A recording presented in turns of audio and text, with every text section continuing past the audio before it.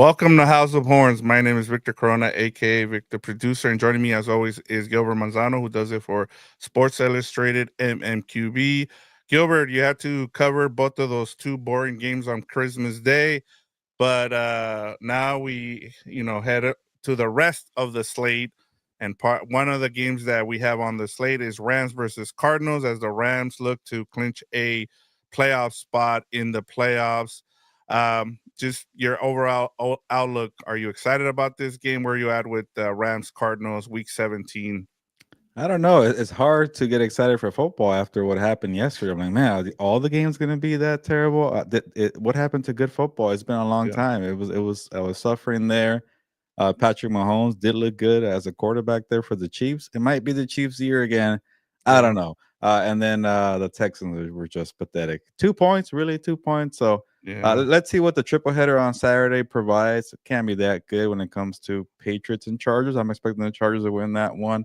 Maybe something interesting with Bengals and Broncos, but the Broncos are pretenders. Let's be for real here. I think the Bengals will probably win that one. And then I think the Rams should be okay. We're gonna break it down here, but you never know. Maybe Arizona wants to play spoiler.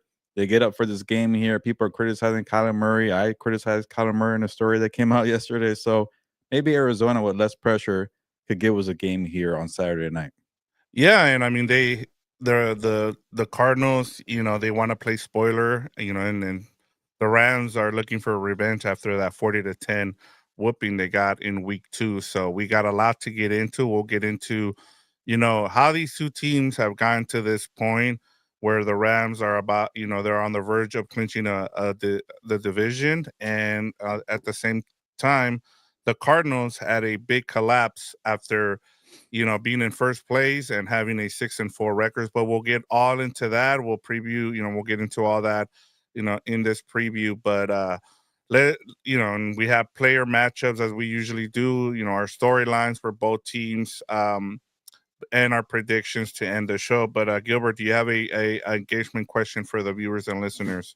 Yeah, let me know. I guess what are the keys to this matchup here for the engagement question of the week, Christmas edition. Hopefully, everybody had a good Christmas here. And if you're still enjoying a couple days off, hopefully you're watching the replay here. Comment that you're with us. We always want to see the comments. Comment that you're watching the replay. Again, we always want to see comments here, so that'd be great. But let us know what your keys are to the game here. Maybe you're feeling okay. You're feeling nice. Things are shaking your way here. Mm-hmm. I still can't believe that perfect Sunday for the Rams, where all three NFC West teams lost and the Rams won. Where this game kind of lost a little sizzle. We'll talk about the playoffs.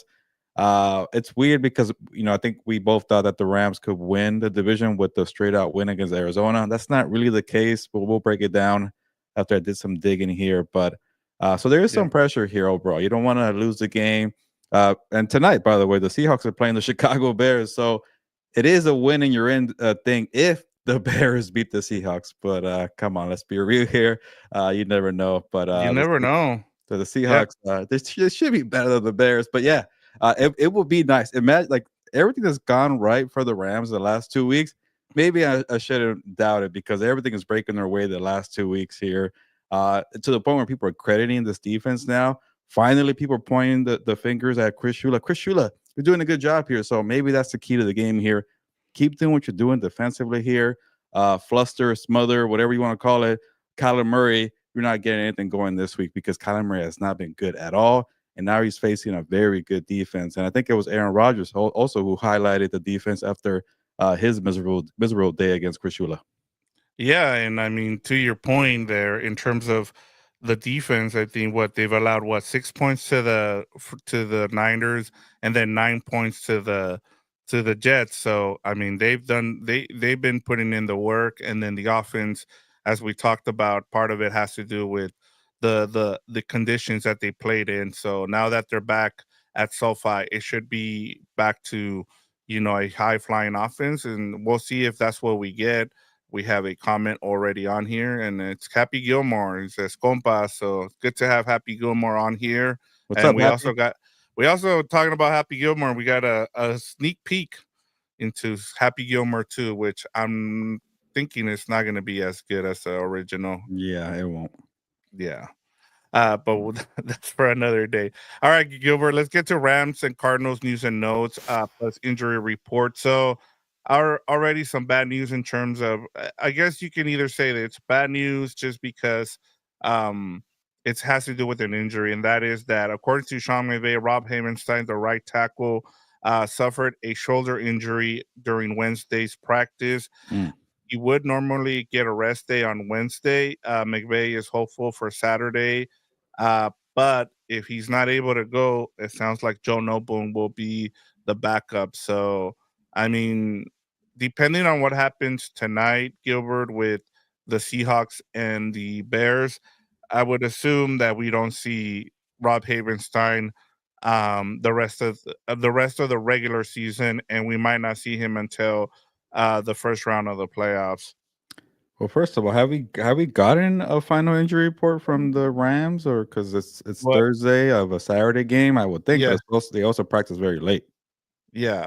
No, we did. I checked it before I went on my So walk before so coming on. he's questionable then. He's questionable Okay. as of right now. Yes, that Okay. was the Yeah. final All right. thing. So it's not a for sure out, but you Yes. definitely want Rob Havenstein, and we've seen it. The second he came back, things just sort of fell back into place. Like I think that was the top five is Alaric Jackson, Steve Avila, Bo Limmer, Kevin Dotson, and Rob Havenstein. You need those five there because when you Yep. see any other combination, it's not very good. So I'm a little worried about that. Who's the backup? Is it McClendon? I forget, or is it Yeah, Noble? McClendon, but it sounds like it's gonna be Joe Noble and Ugh. two. and Yeah. I mean, even the worm is like Noble, please Ah, no. yeah. So maybe now this game is a little closer than I guess would Oh, have I have. expected. Wait till I give you the next part of this injury Okay. Yeah, report. that was really a big one for me. But okay, Yeah. continue. That's All right. So now heading over to the other side with the Cardinals will be without both of their ah, tackles yeah. versus the Rams. Jonathan Gannon said that this week that left tackle Paris Johnson Jr. and right tackle Jonah Williams will be out on Saturday. So yes, so a little bit of bad news for the Rams, but a Yeah. little bit of good news for the Rams defense here. Yeah, I did see that, and I guess I didn't really care because like they're kind of out of it. This is a time of year where you see a lot of teams that are out of playoff contention, where like players or an injury report or on the injury report who are star players who could probably go if they were still in the race, just suddenly say, okay, we're done for the year here. You got a good excuse. You're not a quitter. You're not soft. Go take the 2 weeks off. And I don't blame them. You don't want to get hurt in a meaningless game. That Yeah. happened today with CeeDee Lamb, which I'm annoyed. I was picking the Cowboys for like an upset in a couple of these things that I do for SI, and CeeDee Lamb was not going to play anymore. But anyway, that's a I mean, I different guess story. it'll happen. I mean, they might start Yeah, the that's where I was backup going off. quarterback. So Hopefully, it's another backup quarterback, but I have felt better with CeeDee Lamb. But anyway, the point is, teams are out of it. It could go, two ways where you just check out, you quit. I shouldn't say quit. You don't have your best players available, so you yeah. kind of don't have good odds of winning the game. And then mentally, you're not really there because you're thinking about that trip to Mexico, going to Cancun, Hmm. and then losing your two left tackles against Jared Verse and Byron Young and Kobe Turner and Braden Fisk. Good luck. Yeah, actually, I'm in the championship game, and you just reminded me I might need to go pick up the Rams defense for this championship game. But yes, it's gonna be those front four guys should be eating in this game, especially with the depleted offensive line of the Cardinals. So we will see. But yeah, left tackle and right tackle will be out for the Cardinals in this game. So uh, uh, Murray will be running around trying to, and he's already. We'll get to that. We'll get to Kyler Murray's disappointing year. In terms of the injury report, as we said, Rob Havenstein is questionable with the shoulder. Alaric Jackson had a NIR rest day as well. He should be ready to go. Then with the Cardinals, you have safety Joey Blunt, who has with an ankle, was also limited. And then Gilbert, these are the two big ones in terms of their off, not just with their tackles, but both running back Trey Benson with an ankle and running back James Conner with a knee were both limited, and they're both questionable to play on Saturday as well, Gilbert. Yeah, the James Conner one is gonna be tough. The guy just got paid 2 years, $19 million. he's already has his job secured with the Cardinals for the next, I guess, well, at least 1 year or 2 years. So why get hurt again? Why don't you just go into 2024? You're not a free agent anymore. You're not playing for something else. So I don't see any reason for him to play. So, but you never know. Guys like Kyler Murray, Marvin Harrison Jr., who need chemistry, need to play. But other than that, I will not put James Conner in there when you know how important he is to you. I get it. Maybe for him, he's like, hey, I have financial security. Maybe that's the other way you think about it. I'm set with money. I'm gonna go out and play. But you don't want to start the year with a bad injury and then you're out. I think that happened to a couple Saints players on Monday night. We're like, you're thinking those veterans could have been a better either at home resting. Yeah, and I mean, that's where you kinda have to think about your future going forward, especially since he just got paid. What's the purpose of you even playing in this game to mess up your knee even more? Like, you are a rare player out there, a rare running back who got a 3rd contract. I mean, not a lot of running backs get a 3rd contract, so if I'm him, I just protect my what is, another year or 2 that you have with this team, and so it just doesn't make sense to try to go, and I'm not just saying it because 'cause they're playing the Rams, I'm just saying in terms of how you should look at things here, like, the smart thing to do would be to, just, rest and, go ahead and have surgery and get ready for next season, especially now that you've gotten signed to a 3rd contract. Yeah, no, I'm definitely with you. But what the hell is the point of just playing spoiler? Is that the only thing you have here? I Yeah. wouldn't care about that. Let me get to these comments before we move on to storylines here. Robert D, who is joining us, says, Gilbo, I'm always wrong about the Uh, Chargers. Ro- Laugh out Rob, loud. Robert D was so, I guess, forgetful. Remember when the Buccaneers beat the Chargers and I chose them? Yeah, Remember when the Chiefs beat the Chargers and I chose them actually twice? But whatever. yeah, yeah. And Delver says, hope your Christmas was great. Go Bears. Simply keep the momentum going, Rams. Contains Murray. He's still dangerous. Shore up those DBs. I don't know, Dilbert. You would have told me that 2 months ago. I would have definitely said you're right. Now I don't know Yeah, about Kyler Murray. about Kyler Murray. I don't know if he's dangerous, and we'll get into it. But hope your Christmas was was good as well, Delbert. Yeah, let's get to these Rams and Cardinals storylines. So as we talked about with Arizona, they beat the Rams 41-10, and then they went on a little run there, Gilbert, to where they were in first place 10 games into the season.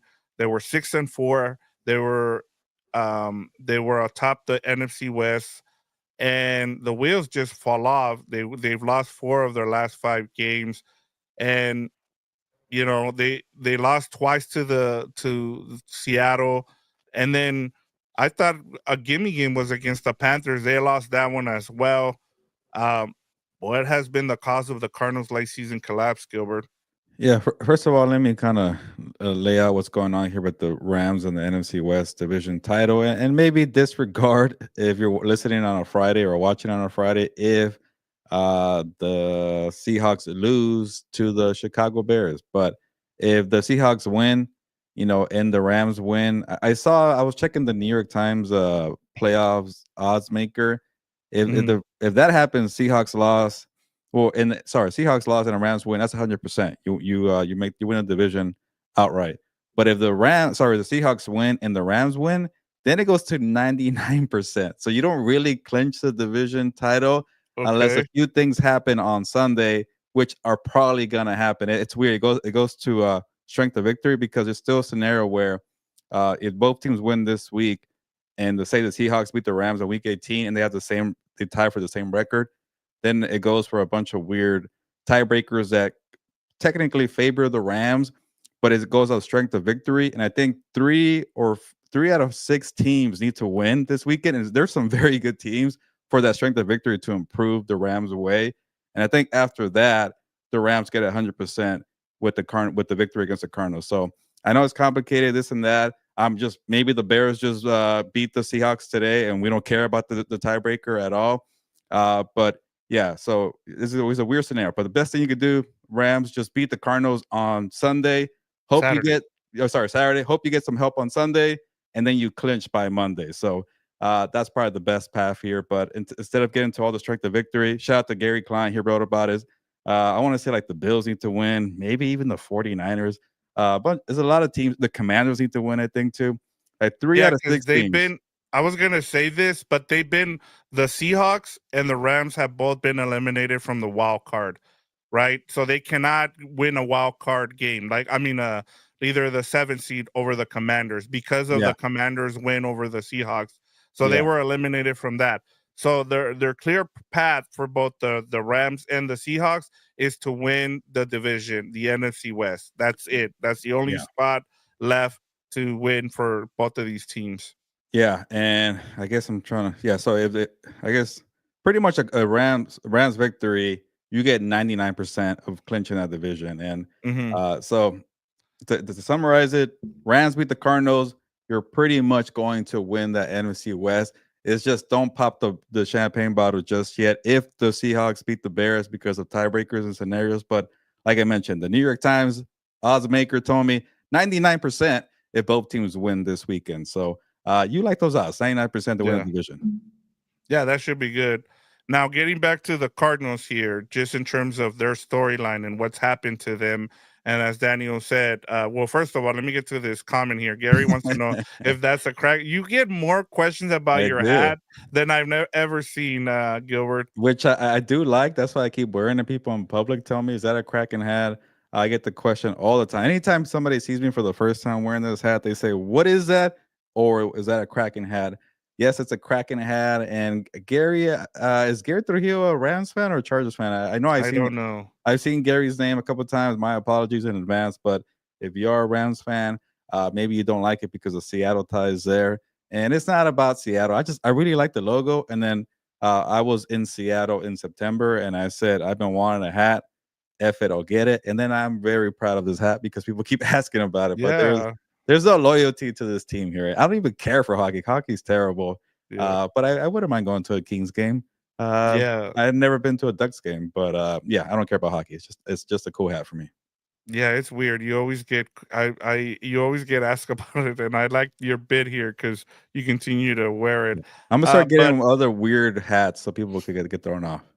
same. I mean, I'm good. Oh, Gary is a There you Rams go. fan all the way since 1986. Okay, So Gary. Gary, welcome. Yeah, it Gary's is thinking I'm a Seattle fan, but I'm not. yeah, no, we're not Seattle fans here.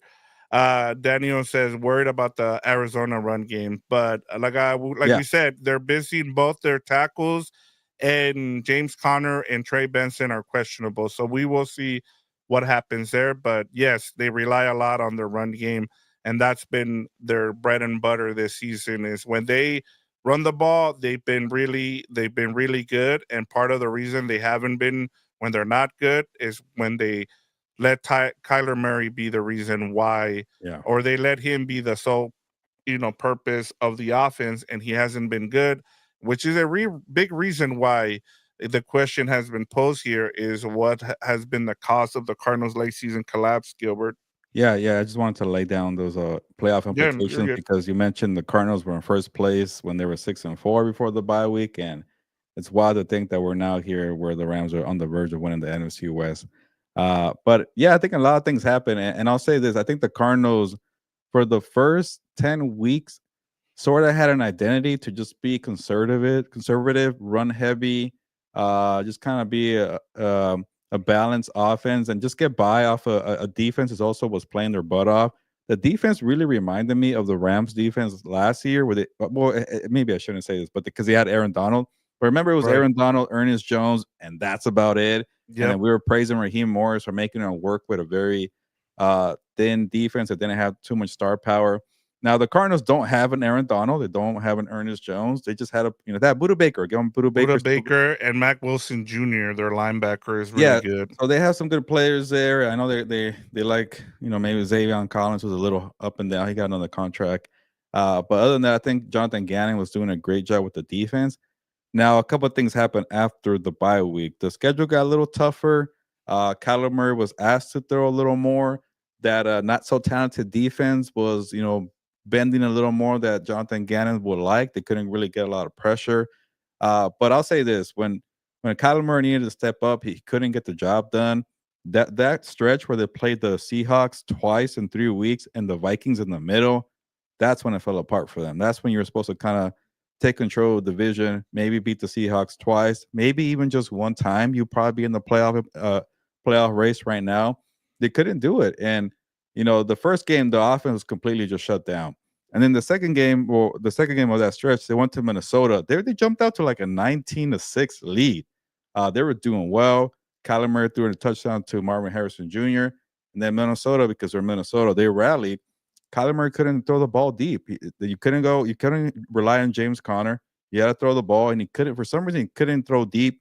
And then he thinks about it too much that he throws two killer interceptions in that game. He Mm-hmm. can't find Marvin Harrison Jr.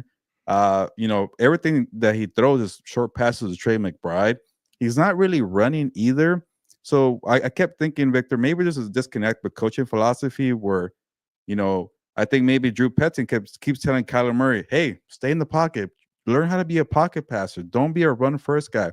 Any sign of trouble, you usually like to run away. Or when you kind of run away, you think about it too much or you do too much and you get in trouble. And I think that took away the creativity from Kyler Murray. When it came time to make those creative plays, he couldn't do it. And I'm like, who's this player? He's not the guy that I saw for the last 4 or 5 years. And even then, like, he wasn't that good, but he was good enough to say that creativity, not a lot of people could do that. He couldn't even do that. So that to me tells me either the coaching staff was trying to teach him to, try new things and be patient with the approach, or the coaching staff was saying, we don't like it when you get away from the pocket. You are reckless. You're dangerous. You're not really smart with the football. And I can't figure out which of the two it is, Victor, but there's a clear disconnect there. And you could tell that Kyler Murray has kind of lost his way a little bit out there. Yeah, and I think part of it too, when I looked at this team, when we had a conversation before the season, and we were kind of going over some of the teams that could make a splash this season and be a surprise team to make the playoffs. You kind of sold me on the Cardinals, and part of it too, like kind of doing my own research, was the fact that you had someone in Drew Petzing who's been really good with the run game, and I think part of his thing is that he hasn't adjusted and hasn't been able to evolve it to where he can also make his passing game just as good. And a big example is just seeing what's happened with Marvin Harrison Jr. to where people are now doing redrafts and they're having him go third as a third receiver, which to me sounds crazy. And part of that, I mean, they're right, but at the same time, it also has to do with scheme. And I'm not gonna say that Kyler Murray doesn't have some of the blame here, because he does. But at the same time, as you just pointed out, he might just be trying to run their offense the way they're saying to run it, and he's probably hamstrung. Like, it's not kind of, when you look at someone like Lamar Jackson and what you've seen him with the new offensive coordinator, and you see what he's been able to do, you kind of want to see that from Kyler, but it might take him also, you know, buying in. And I don't think, kind of from what you've said, I don't think he's bought in, and I think that's the biggest problem with this offense. If your quarterback doesn't buy in, then and that's been part of, like, I get the jokes about the Call of Duty, but I felt like, I'll give him this. At least he's doing what they want him to do. He's just not being creative, and maybe he needs to be a little bit more stubborn for next season. But yeah, that's been the disappointing thing in terms of what you've seen from the Cardinals this season, because there Yeah. was a lot more expectation. Yeah, and I don't want to put too much blame on Kyler Murray because I think Marvin Harrison Jr. is kind of going through this a little bit. What Kyler Murray has dealt with his whole career, I think a lot of things have been handed to him because they're very talented. They're first round picks, and everybody just expected Marvin to be this great wide receiver. And now, and to his credit, I don't mind that the coach is doing this. Jonathan Gannon called out Marvin Harrison Jr. for not being physical enough, not going after the football enough. When it's contested catches, he's not really being physical. And this guy, what do they compare him to? A Maserati. He's a car. Like he's like a smooth player, good route runner. Everything comes nice and clean. But in football, you got to get a little gritty. You got to be a little more physical, and you can't just rely on your good route running and getting open. Like sometimes these defenders are much better in the pro game. They're going to be with you stride for stride. What can you do differently, or what else do you have in the toolbox to kind of separate or get those 50-50 balls? And I think there was a point where maybe Kyler Murray wanted to get him involved, and that's part of the thinking too. Like, hey, I got a first round pick who's going to get annoyed with me here. Maybe we throw it up. And it hasn't really been that. It's just, like he hasn't really even thrown his way a lot, and I don't know because there's no chemistry. There's no trust because of the lack of physical aspect from Marvin Harrison Jr. He's getting open. I'll say that. It's just when I started thinking about that, like yeah, Jonathan Gannon has a point. He's not really, he's not. I guess when you compare players like being feisty and being a dog, like Malik Neighbors is a dog. Like he Yeah. wants to go get that ball. That's all he wants is get that football. And to Marvin, it's kind of like, yeah, come to me. I'm open. Yeah, whenever you want. Like he's just a little too laid back. Maybe that's something he needs to get over. And his dad was the same way, very quiet, but Mm-hmm. he definitely found a way to get that damn football. And I've heard the stories that behind the scenes he wanted the damn football. So maybe you could get a little more aggressive that way, and you don't want to be a diva, this and that. But that's part of it too. And then you can see the frustration on Trey McBride after they beat the freaking. Sorry, after when the Panthers beat them, and he's over here saying, "We just lost to the freaking Panthers. We suck." It was like a wake up call to them, and you could tell the frustration is boiling over. He can't even get a touchdown either. Yeah. He's getting all these little dump offs here. So I think part of it too, and this is always hard to criticize player for this, and I never really write about this, but what if Kyler Murray's not putting in the work? Like we all hear about the jokes Yeah. about Call of Duty, and he's not committed to the scheme. And maybe he tried for the most part to kind of just play it safe here. You want me to play it safe? I'll do it. But there wasn't like a back and forth. Okay, let me do this and let me do that. When it came to that Minnesota game, and that was on the coaching staff, to be honest, man. They were not being aggressive. They were just kind of playing on the lead, and then they blew it at the end. And then they asked Kyler Murray, "Can you be a hero in the final two drives here?" And that put a lot of pressure on him. He's making money to get that kind of pressure and answer. But to me, there's some disconnect there. Either he doesn't believe in it, like you mentioned, Victor. He doesn't buy Yeah. into it. Maybe he's not putting in the work. Because you see Lamar Jackson getting better every single week, and I don't want to compare the two mobile quarterbacks, but guys who struggle with passing, you want them to keep getting better and better. Same thing with Anthony Richardson. We want to see him to get better as Yeah. a passer. He hasn't done it, but there's even questions with him with his work ethic. So maybe that could be something there. But to me, this guy's been handed too many things where I pretty much wrote and said, bring competition for Kyler Murray. If it's freaking Zach Wilson, who cares? He used to be a first round pick. Put pressure on the guy. He kind of has that persona where like, you got to play off of me. I'm gonna be here next year. Coaches, do what you got to do, but I'm gonna be here. Yeah, and one last point on Kyler Murray. I mean, as you said, he's won. I mean, he won in high school. I think he went undefeated when he was in school, in high school in Texas, and then he went to college and he won there too. Like he was successful. He was, and that's the thing too, as you mentioned, that goes part of it. When you hand these players, they're used to getting everything and winning, when you don't have that, it messes with their mind, and some of them don't want to put in the work, and that's just the thing. We don't know if that's the case, but there is definitely some kind of disconnect between what Kyler is trying to do and what what what that coaching staff is trying to do with him. And it's just, yeah, like I remember we were all having a conversation when they were 6-4, and we looked at that schedule and we're like, yeah, they're gonna get to 10 wins, no problem. Hasn't been the case because they lost twice to the Seahawks, they lost to the Panthers, they beat down the Jets, which I thought, okay, like when everybody was like, okay, cool, but it's just, yeah, it just hasn't clicked with this offense, and it's kind of been, to the benefit of the Rams in a way too. So it's just weird, and I'm sure the Rams are going to be looking for payback, for that week too, and we'll get into why part of the reason why they lost that game was because they were without Puka. Cooper Cup got hurt in that game, and so now hopefully they're fully ready, they're fully healthy. We'll see what happens with Rob Havenstein, but yeah, that is crazy. And even Daniel DeCelleron said they put a study clause in his contract for a reason. So Yeah. yeah, I forgot about that, but yeah, that's a good point. And then And when you then have question marks with the work ethic, how are you going to be when your games don't matter anymore? You're going to just like give yeah. up. Also, you're a guy who got hurt in December the year before, and you had to recover all off season, and you missed half a year because of an injury in a December game. So maybe Kyler Murray doesn't want to really be out there. Who knows? Yeah, we'll see. I mean, and we'll see how their contract goes forward. I know there's going to be a lot of teams looking for a quarterback. Maybe they are ready to move on from him, in the off season, but it always Oh, he I still mean, has guaranteed money in it, 2025. I think for that would be 2026. But I think you could yeah, still at least bring competition to know, yes, do you want to resign this guy for a third time? And you got to see what he has. yeah.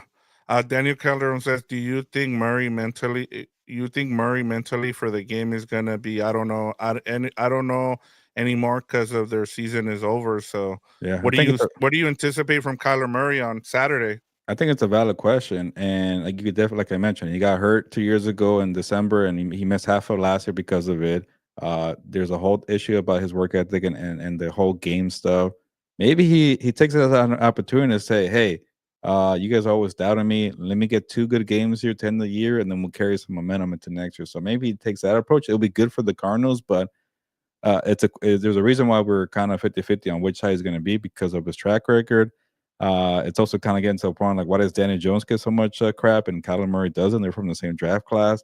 Yep. And then in the Patriots game, the one win of the last 5 weeks here, that was James Conner doing everything. So what have Yeah. you really done for them the last 5 weeks And here? they were at home, right? Yeah, that was they were at home, so you should win that game. Yeah. And then James May brings up a good point here. Says it could be schemes defenses employ that has been his downfall. Teams are preparing for Murray. Sorry.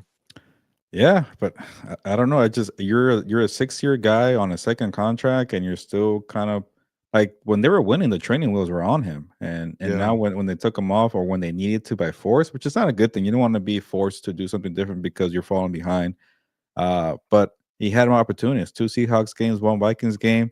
That game against the Panthers, I thought Bryce Young was a better quarterback for sure. yeah, yeah. I watched most of that game, especially late in that game, and it was just amazing. You know, it was crazy seeing the transformation too. And it could also say, like, I mean, honestly, my biggest takeaway from that game was Dave Canales has done it again. Like he's resurrected another quarterback, which is crazy And to see. I that's a mean, good old but line and a good rushing attack. And yeah, what a surprise! The quarterback is benefiting from that. yeah, exactly. And then the last thing I kind of want to talk about in terms of the storylines here with the Cardinals is as I mentioned before, we both been very open about our praise of the GM Monty Austinford and head coach Jonathan Gannon with how they went about rebuilding this team. So how much of a leash will the GM and coach have after this season? Because they're in season 2 of this rebuild, Gilbert, and you don't get a lot of time. We've seen it. The NFL is not for long, but that's also has to do with your GM and coach, and you know you would want them to get at least 2 more years, but that's not guaranteed, especially when you don't make the playoffs. So, what do you how much more do you think they'll give this combination? Yeah, I would say, at least for sure, a third year. We'll see how the fourth year goes, but I think the third year is gonna be a critical year. They're doing well because they're taking steps forward. They won only 4 games year one. They had to kind of reshuffle that contract, sorry, the roster, and fix the salary cap a little bit, and to the point where the offense looked nice on paper. To you got people like me trying to say, okay, maybe they'll make some noise here. I thought Jonathan Gannon showed me a lot in his rookie year as a head coach by getting a bad roster that we all thought was going to get the number 1 pick to compete and do well there, and that's why they ended up with Mario Harrison Jr. and not questions about Caleb Williams or Jaden Daniels surpassing Kyler Murray because they got the number 4 pick because they won a bunch of games at the end. So and then they got 6-4 this year, and they have 7 victories, so it's going to be a better year than year one. I think for me, year 3 is going to be critical for adding. Can Monty Ossenford add more help on the defensive side for Jonathan Gannon? Can you get Yeah, more defensive players to help out? Can you hit on draft picks? Because okay, Mario Harrison Jr. is supposed to be a slam dunk, but it kind of hasn't. Paris Johnson Jr., I'll give you credit for that. You moved around in the draft too, and you got a good left tackle. So you got that. But what about the rest of the guys? Year 3, you want to see the other guys from your first 2 classes to be impactful. Have we really gotten that? I don't know. I know their cornerback rookie Max Melton was getting some love early on. Uh, and we don't really know about their other first round pick, Darius Robinson. He got hurt a lot this year. So you want to see those draft picks do well in year 3. Sometimes you need a game changing rookie class to help you out. So maybe get set on year 3. But I think year 3 is gonna be critical here. I also really wonder what happens with Drew Petzing, and do they fire him because of what happened with Kyler Murray? Do they run it back 1 more year? I just don't. I don't anything that they show me this year doesn't scream run it back. I don't know. It's Yeah. either Kyler Murray, you're the problem. Let's add a backup to help to push him. Hey, maybe Daniel Jones lands in Arizona to push him. That to me will say, hey, Kyler Murray, you haven't been good. Maybe you're the problem. If they fire Drew Petzing, then we know what the hell happened. So Yeah. something's gonna happen, I think, like as an aftermath from this bad offense here. But they seem like they're ready to go, and they weren't. So I think maybe how do they do in year 3 with Murray? Does his defense get better? They'll be analyzed off of that. But I wouldn't be surprised if they get 4 years here. Yeah, I mean, they should. I mean, one of the things I always go back to whenever I look at rebuilding teams is, what are you rebuilding from? This is a team that had to, they ran an offense that Cliff Kingsbury ran in college, and part of it too is like kind of stripping that whole thing down. I always think about, like, and not a lot of people think about this, but I remember when the Broncos went through this with Tim Tebow, where they when they got Tim Tebow, they had to, shift their offensive the offensive lineman that they had to bring in. And then when they got rid of him and they brought Peyton Manning, they had to also bring in the type of lineman. And it's the same thing now. Like, Kyler Murray's still there, but at the same time, you got to build around what you want to do with Kyler Murray. Now, as you just said, like, they've been focused on their offense, that they need to be able to build on that defense, because that's like, Jonathan Gannon was a defensive guy, and that defense hasn't been good. And he's not the one running it. I get that, but at the same time, you got to give him help there. So, and and like I said, you got to give coach the GM and the coaching staff 4 years to be able to build something, or else you're just going to continue to just do the same thing over and over. We're seeing that with the Chicago Bears. They keep doing the same thing and not changing things. So a lot of these teams, that's why they continue to fail, is because they don't let things cook. Look at what happened with the Lions. The reason the Lions are actually doing really well is because they let things cook instead of firing, you know, uh, their coach Dan Campbell at the time, when they were 2-7 at the time. So sometimes it's just letting some other letting them just cook. So yeah, we'll see what happens, but they have a lot of question marks going forward, Gilbert. And so we'll get into it. We have a lot of comments here that has to do with the Rams, so I want to make sure we get it. So Daniel Calderon must have missed the beginning of it. So he's like, "Does Seattle have to win today? Does Seattle have to win today?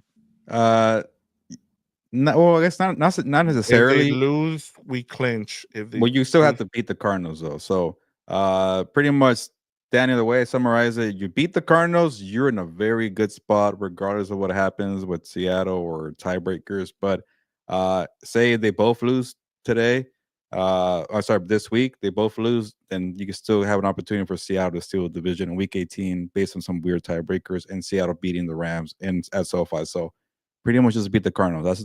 But if the yeah. Bears beat the Seahawks and the Cardinals, sorry, Bears beat the Seahawks and the Rams beat the Cardinals, you're division champs. That's the Yeah, easiest way to we're put getting it. to that point in the season where it's a lot of things that need to happen, but pretty much as you said, the Rams need to win, and if Seattle loses tonight, that helps a lot.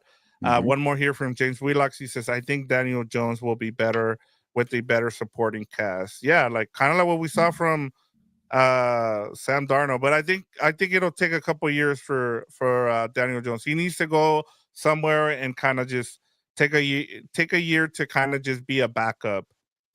Yeah, Sam Darnold did it. He went through the ringer in Carolina, got to learn in San Francisco. Then he fell into Justin Jefferson and Jordan Addison and Kevin O'Connell. There's a reason why Daniel Jones went to Minnesota to be a Yeah. backup. He saw what's happening with Sam Darnold. We're all seeing that people want to play for Kevin O'Connell. He did it with Joshua Dobbs a little bit. Joshua Dobbs and Nick Mullins were having career years with Kevin O'Connell. So that's where you kind of go to revive your career. Yeah, and then I think Daniel must have seen our rundown, because he's like, "I rather see Minnesota and not Green Bay." He also wanted to know where the channel is for the Bear game there, and James Wheelock answered the question there. It's Amazon Prime. But just getting to the Rams storylines here, and it's pretty easy. There's not a lot for us to kind of discuss in terms of, we all know, the Rams are currently the 3 seed after the Buccaneers lost to the Cowboys on Monday Night Football. so they got to jump up. They were the 4 Yeah. seed because of the Bucks, but now that the Falcons are the 4 seed, they jumped up to be the 3rd seed. So, what should who should the Rams want to play in the first round, Gilbert? Like, do they want to be the 3rd seed? Do they want to be the 4th seed? Should it even matter? Do you think McVay and the Rams even care who they face?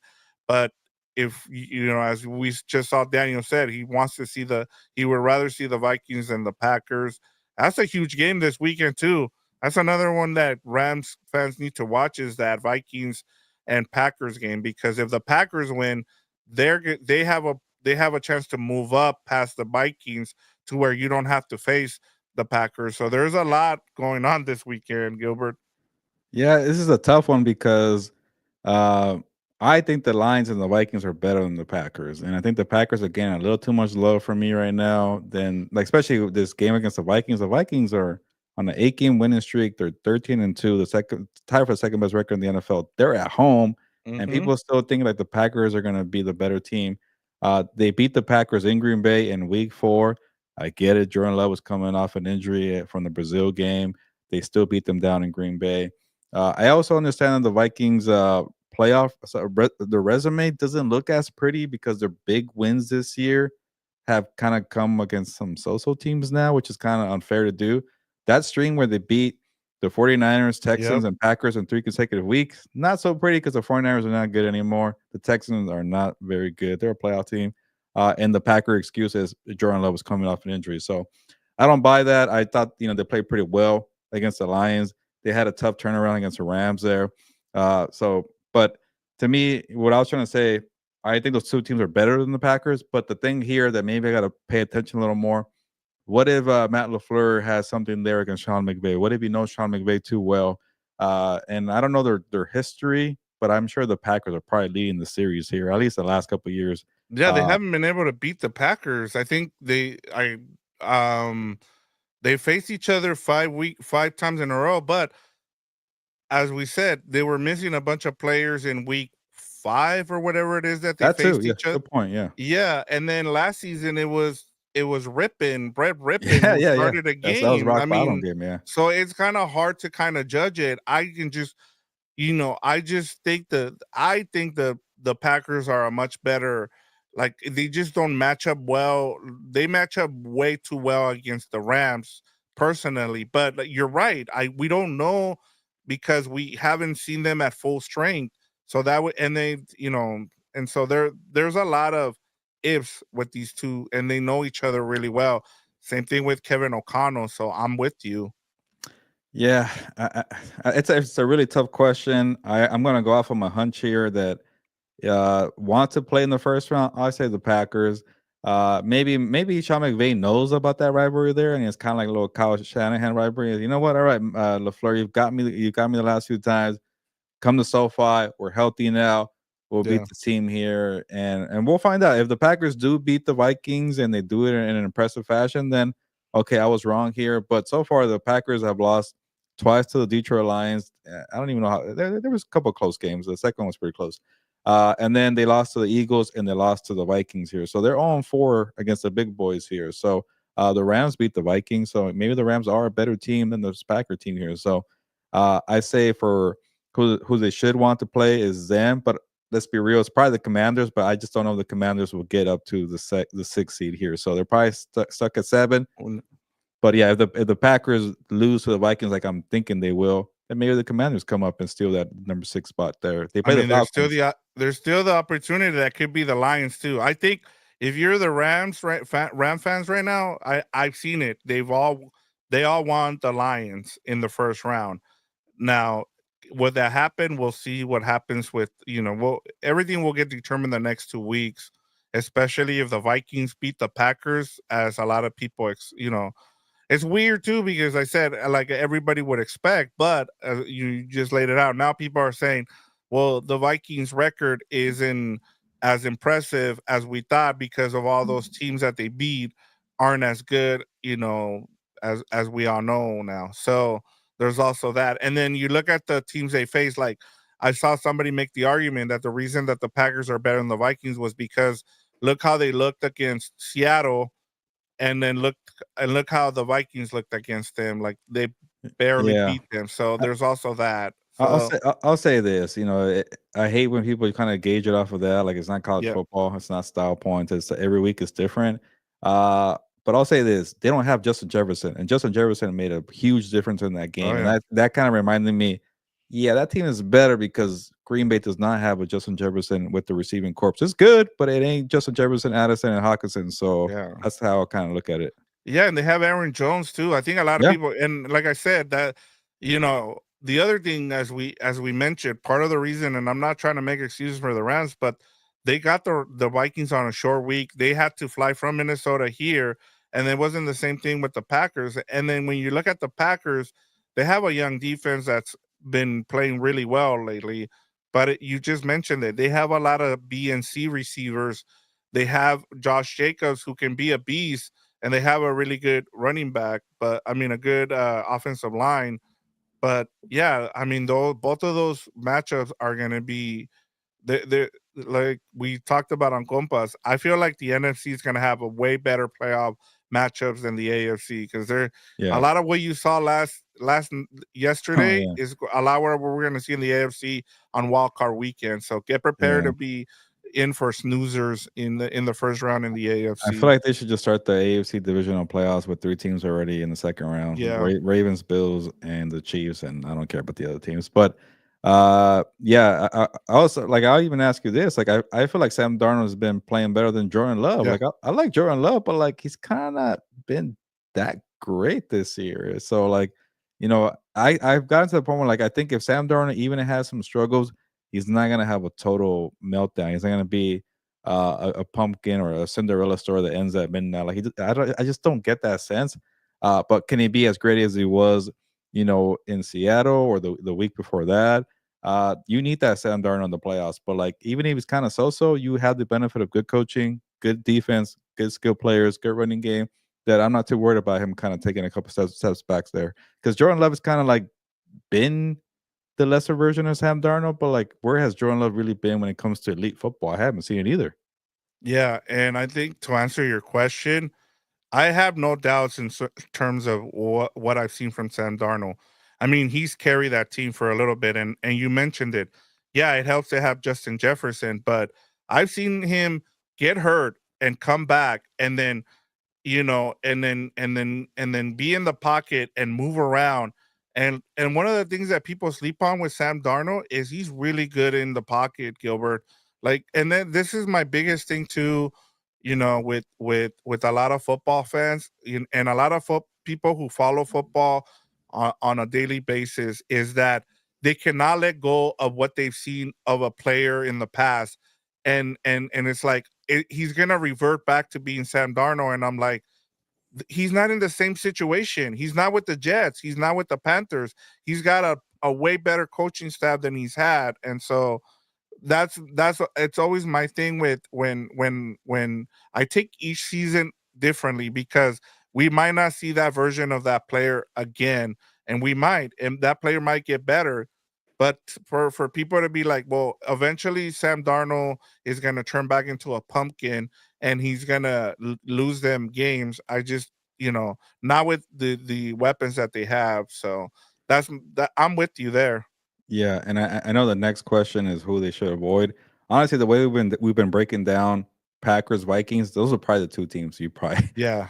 want to avoid. But I'll say this, I think Detroit, there's probably not a chance they play in the first round because they have too Yeah. many wins, and then say they do kinda go they're gonna beat the 49ers, I feel like. But if Yeah. they say even if they lose 2, they'll probably still be the 5th seed, I feel like, and then the Rams are number 3, so they might not even play them in the first round. But if we're talking about second round, if Detroit finds a way to get to the second round, that probably tells me they're healthy enough and they're still going to be a problem. But I just don't see that match. I think definitely like maybe it could be Minnesota, but even Minnesota has a lot of wins. So if they don't, it could definitely. I'm thinking Packers and the Commanders are the higher chance here. But it's just that we forget because they're still in a division battle. Both of them are 13-2, and they Yeah. could go from first to fifth, and that's kind Fifth. of wild to me to think. Yeah. But I think that's why we're discussing it. But I think these 2 teams are just I have so many wins, they'll probably be first or fifth. Yeah, the fifth seed could be 14-3, Gilbert. That's wild. Yeah. I mean, and they're gonna go up against the NFC South. I mean, I hope they beat down that team. yeah, I know it's a road game, but that's at least the one benefit you get from being a fifth seed. yeah. I mean, we'll see what happens, but yeah, I mean, you don't like I said, for me, it's been you don't want to face the Packers in the in the first round, but we'll see what happens. It's just I'll go Minnesota, but the okay. Packers I understand though. Yeah, we'll see what happens, and like you said, there's still a chance it could be the Commanders, and there's still a chance it could be the Lions. So we'll know everything in a couple weeks, but it's just something good to kind of talk over, and kind of go over. All right, Gilbert, what's the key to a Rams win, and what's a matchup you're looking at in this game? Yeah, after all the injuries you mentioned and the tackles, and I'm like, okay, everything I thought about this game is kind of out the window. But uh, you know what? I do want to see. How about the offense? I know the offense has been carried on the Yes. road, and like I mentioned, it's been kind of been ugly wins, but the defense has carried them in New Orleans, New Jersey, Santa Clara, New England. So they kind of been holding it down. And I get the Rams did their job against Buffalo, a big time victory. This is why we're talking about this team pretty much being on the verge of winning the division title because of that big victory there. But it shows that you could, dominate at home at SoFi, a team that has something to play for. So, give your defense a little breather here.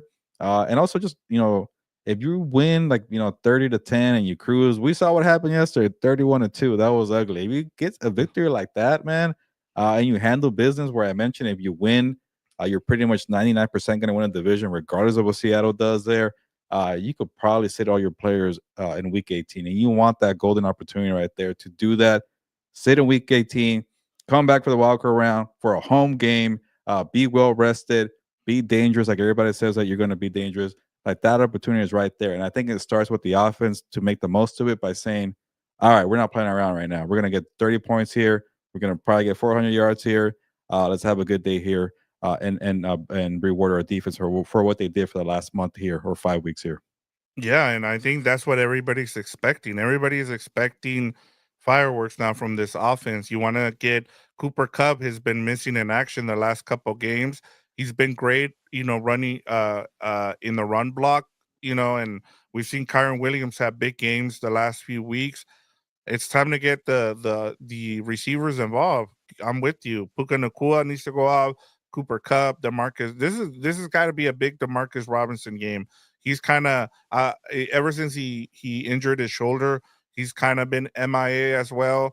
They need to get those receivers locked in again. And Matthew Stafford, I mean, what did he throw for 114 yards against the New York Jets? And now you're indoors. You kind of want to see them do what they did against the Buffalo Bills. I mean, the Cardinals are not they're depleted. Take advantage of it, and make sure that you go out there and you kind of return the favor. You lost 41-10. You kind of want to do the same thing to them, Yeah. so that way, they're already looking at their off season, trying to figure out what they're going to do, whether what's going to happen with Kyler Murray. You need to make sure that you put a stamp on this game and you say, "Hey, we're a team that you don't want to face." It's not about what the Rams who they want to avoid or who they want to play. It's about you want to avoid us. And I think this is the game where and you're on. I get it's on NFL Network on Saturday night, but you want to put make sure that people know that hey, the Rams and Sean McVay and Matthew Stafford and the rest of this team is ready to go on a playoff run. Yeah, no, I'm definitely with you. We'll see what happens here, and maybe even Seattle's up 3-0. Even if Seattle, I guess well, it doesn't matter. Regardless, they get to win the division and win that game in Arizona. Sorry, and so far against Arizona. So, like I keep saying, like just keep ignoring all the other scoreboards and the other results, and have your own motivation, and Yeah. come out and return the favor 41-10. Don't forget about that. Yeah, and yeah, you gotta put a stamp on this game and just say, "Hey, we're here to win, and we're ready for the playoffs, and let's go." I wanted to get to a couple comments before we get our game predictions here. Daniel says, "If the Rams make the playoffs this year, this is the year I get tickets." Are Okay. there any websites or any apps that can help me save on fees? The only one I can tell you from first personal experience, Daniel, is TickPick. That's the one I use. I don't get sponsored here. We don't have a sponsorship. Hopefully, TickPick sponsors us soon. Or but yeah, there's someone that I use because not only are they cheaper, but also there's no you won't get charge fees. Everything is how you see it. So that's pretty cool about that. And then Jesse Bonilla says Right. Rams. I think you said Vamos Rams. Yeah. Rams Maybe 35-14 it was on over the purpose. Cardinals. It's a little Yeah, so creative. give us your scores.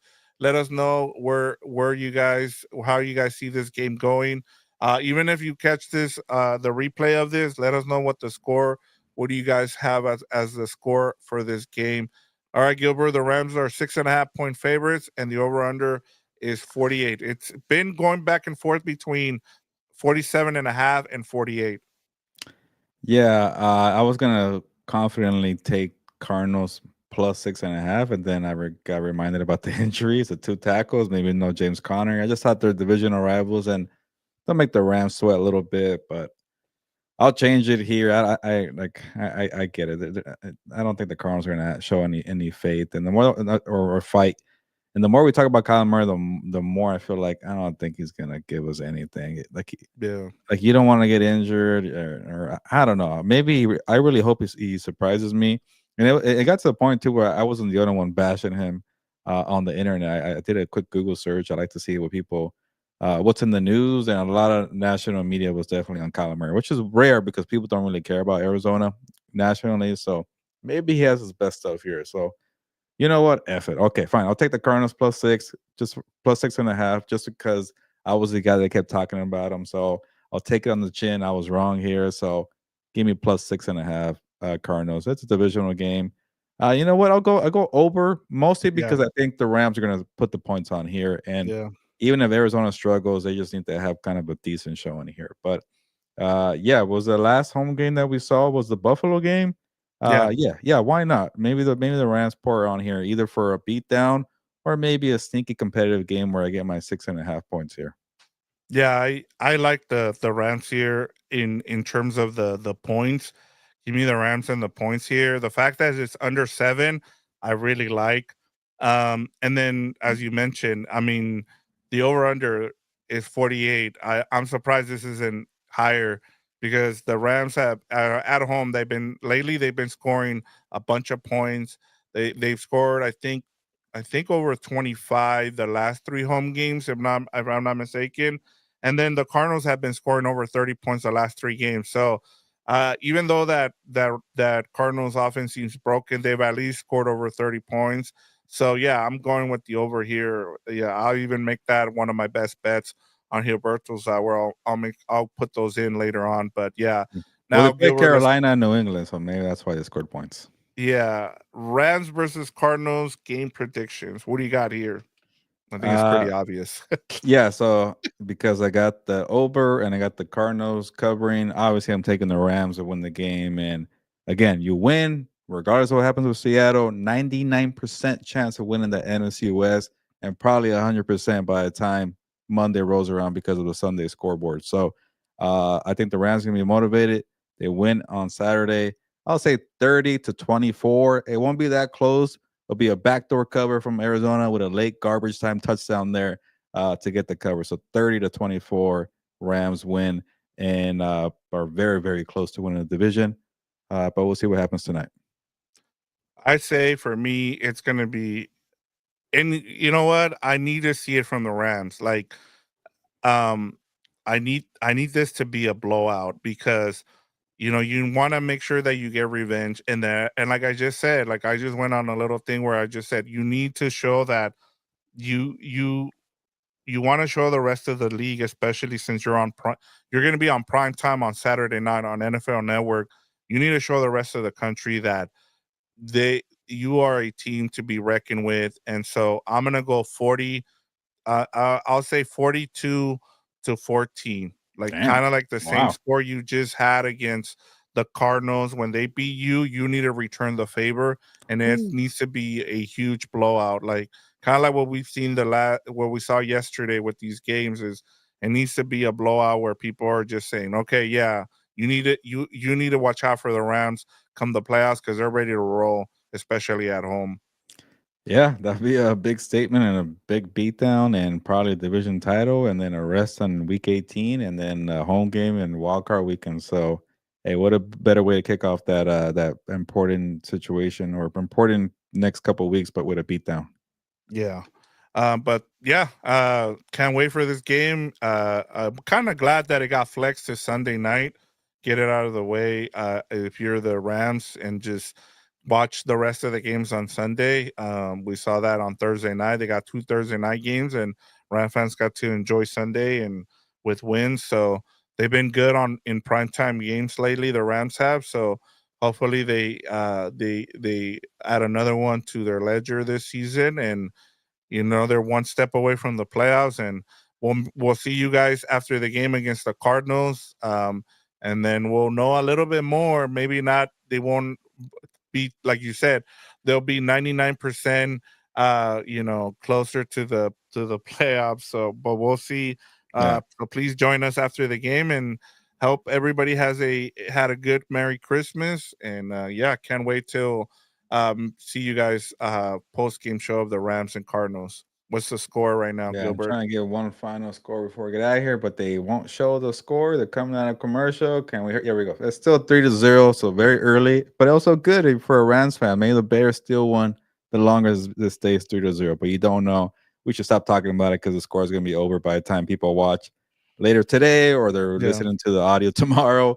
But that's what happens when you're scoreboard watching this time of year. But again, handle business in Arizona, not Arizona. It's SoFi Stadium against Arizona, and then you'll be pretty much set. But put it this way: if you're not playing a primetime game in Week 18, you did the job and everything was fine. If you're in a Week 18 primetime game, things went really bad. So hopefully, there's no primetime game for the Rams next week, or Week 18 that is. But enjoy Saturday night.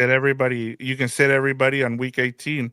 Yeah, or play Sunday Night Football and then saying, "Damn it," or play Saturday Night Football on prime time and say, "Damn it, what happened?" But hopefully not. But let's get going here. Let's watch this game here, and also a quick promo if you want to hear more about this Bears Seahawks game and hear more about Week 17. Join us later at 8 p.m. Pacific time for Gilberto's Hour. We're gonna break down all the games and also answer a lot of fantasy football questions. If you're like Victor here and you're in the fantasy football championship and you need some advice from a guy like Victor who's been in these title games and is currently in one right now, join us for Gilberto's Hour for a Q&A fantasy football and then some best bets and then also some conversations about the NFL, kind of like we did here right now, a little bit about the entire playoffs. So join us at 8 p.m. Compas on the Beat YouTube or House of Horns YouTube or What's Up Bolts YouTube. So yeah, maybe I'll nudge Victor to do a little earlier if this game's a blowout, but it doesn't want to be a blowout. It's 3-0 right now, but most likely 8 p.m. See you guys tonight, hopefully. But time to get going. Thank you for everybody here in the comments for House of Horns. Enjoy Saturday night. Y nos vamos, pues, vámonos.